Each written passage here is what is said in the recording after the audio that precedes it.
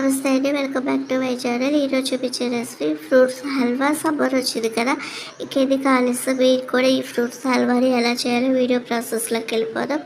ముందుగా స్టవ్ వచ్చేసి ప్యాన్ పెట్టుకొని 3 టేబుల్ స్పూన్ల నెయ్యి వేసుకొని 2 టేబుల్ స్పూన్ల జీడిపప్పు పలుకులు వేసుకొని ఫ్రై చేసుకుందాం. జీడిపప్పు కొంచెం ఫ్రై అయ్యాక 1 టేబుల్ స్పూన్ కిస్మిస్లు వేసుకొని జీడిపప్పు కిస్మిస్ బాగా ఫ్రై అయ్యేదాకా వేయించుకొని వీటిని తీసి ఒక బౌల్లోకి పెట్టుకుందాము. ఇప్పుడు ఇదే ప్యాన్లో నెయ్యి ఉంది కదా, ఒక 1-2 టేబుల్ స్పూన్ల నెయ్యి వేసుకొని మనం తీసుకున్న 1 కప్పు బొంబాయి రవ్వను వేసుకొని లో ఫ్లేమ్లో పెట్టుకొని కలర్ చేంజ్ అయ్యేదాకా దీన్ని వేయించుకోవాలి. ఇది వేగి మంచి సువాసన వస్తుంది. అప్పటి వరకు దీన్ని బాగా ఫ్రై చేసుకోవాలి లో ఫ్లేమ్లో పెట్టి. సో సమ్మర్ వచ్చింది కదా, పిల్లలు ఫ్రూట్స్ తిన్నప్పుడు ఇలా ఫ్రూట్స్ హల్వా చేసేవన్నీ వాళ్ళకి కావాల్సిన విటమిన్స్ అన్నీ అందుతాయి. సో 1 కప్పు బొంబాయి రవ్వకి 1 కప్పు బొప్పాస్కాయ ముక్కలు తీసుకొని మిక్సీకి వేసుకుంటే ఇట్లా పేస్ట్ లాగా వస్తుంది. 1 కప్పు బొంబాయి రవ్వకి 1 కప్పు బొప్పాస్కాయ ముక్కలు పేస్ట్ వేసుకుందాము. ఇలా వేసుకొని ఇదంతా కూడా దీన్ని ఇట్లా బాగా కలిపేసుకుందాము.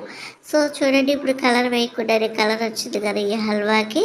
ఇప్పుడు ఏ కప్పుతో అయితే రవ్వ తీసుకున్నామో అదే కప్పుతో 1 కప్పు షుగర్ తీసుకుందాము.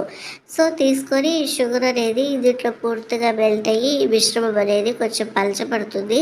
సో కంటిన్యూస్గా దీన్ని లో ఫ్లేమ్లో పెట్టుకొని చేసుకుందాము. సో సమ్మర్ వస్తుంది, పిల్లలు ఫ్రూట్స్ తిన్నప్పుడు ఇలా ఈ ఫ్రూట్స్ హల్వా ఇవన్నీ చాలా హెల్తీగా ఉంటారు. వాళ్ళకి కావాల్సిన పోషకాలన్నీ అందుతాయి. వాళ్ళకి కావాల్సిన పోషకాలన్నీ అంది చాలా హెల్తీగా ఉంటారు. ఇలాంటి మంచి మంచి రెసిపీస్ కోసం మా బాబాస్ రీసెర్చ్ ఛానల్ని సబ్స్క్రైబ్ చేసుకోండి ప్లీజ్.